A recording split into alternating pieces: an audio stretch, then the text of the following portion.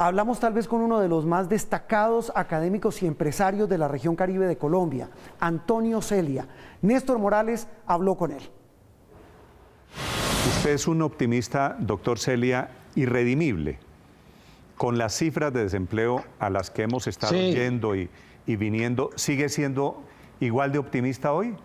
Optimista preocupado, digamos, que es un optimista informado, y cuando veo las cifras pues no dejo de preocuparme, pero creo que esta crisis tiene que ser una oportunidad para resolver una cantidad de situaciones que no habíamos resuelto. ¿Aprovechar la crisis en qué sentido y cómo? Porque aprovechar la crisis en qué sentido.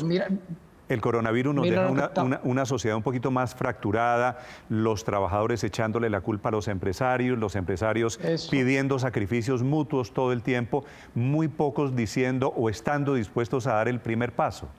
Yo creo que aquí se aplica la pirinola, todos ponen, si todos no ponemos no hay manera de salir. La pobreza no era el 27, es el 35 y va a llegar al 40-45%. Eso es un tema crítico, porque además se ha demostrado que la principal herramienta para luchar contra la pobreza es el crecimiento económico.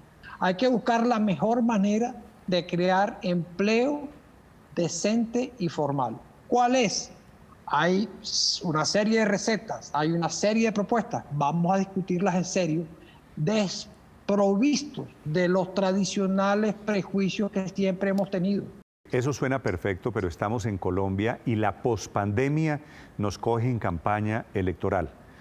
Usted me dice, hay que sacar adelante unas reformas estructurales y aprovechar la crisis. ¿Eso quiere decir reforma laboral, por ejemplo, reforma tributaria, reformas de qué? Sí.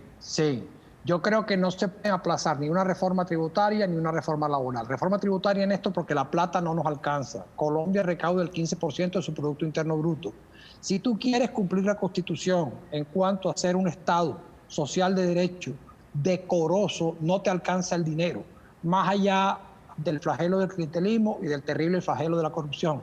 Eso hay que hacerlo, pero eso requiere liderazgos políticos, lo que se necesita. No lo que se puede, lo que se necesita. Reforma laboral sí, ¿cómo? Buscando acuerdos, ¿cómo flexibilizamos? Entre otras cosas, porque entonces hay que entender que algunas cosas que eventualmente a los sindicatos parecería convenirles, no le convienen al desempleo, donde tenemos el 20% de la gente con una informalidad terriblemente alta. Es tiempo de grandeza, es tiempo de audacia, es tiempo de liderazgo, es tiempo de deponer intereses particulares. Antes de hablar de políticos, ¿a cuánto creería usted que se puede bajar la tasa de desempleo en Colombia? Realistamente, pensando en que debería venir un proceso de recuperación económica. Yo creo que uno puede perfectamente manejar una tasa de desempleo de mediano plazo de 7 a 9%. Creo que es factible. ¿Cómo se hace eso?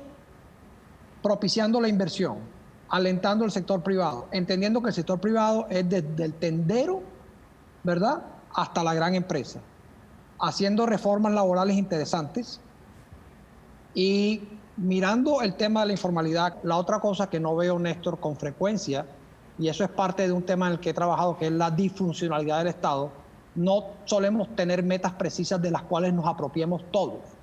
¿Qué es un Estado disfuncional? Un Estado disfuncional es un Estado poco efectivo y nosotros en eso somos bastante regulares. Uno ve lo que pasa en unos territorios colombianos donde el Estado no ejerce el control. Y en materia de recaudos, recaudamos el 15% de nuestro Producto Interno Bruto y el promedio en América Latina es el 22%. Entonces no nos alcanza la plata para financiar primera infancia, para tener vías terciarias, para tener una pensión de jubilación mínima y decente para todos los colombianos. Entonces ahí hay un tema central que posiblemente sea impopular, pero toca hacerlo, porque es que si no, la situación se ve realmente muy negativa.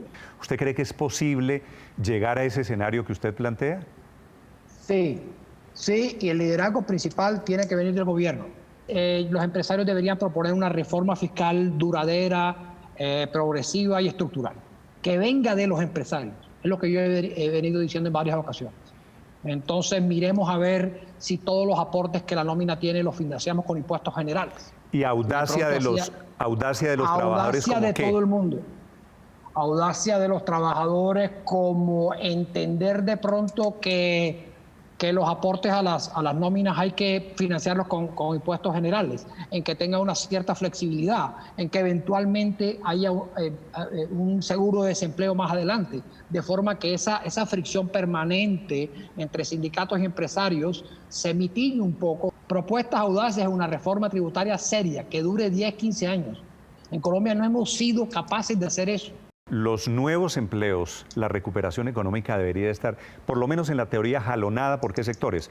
¿Empleos para hacer qué? ¿Para trabajar en dónde? Yo lo que creo es que ahora tienes que hacer una intervención estatal para crear los empleos tú. Entonces, ¿qué tienes que hacer?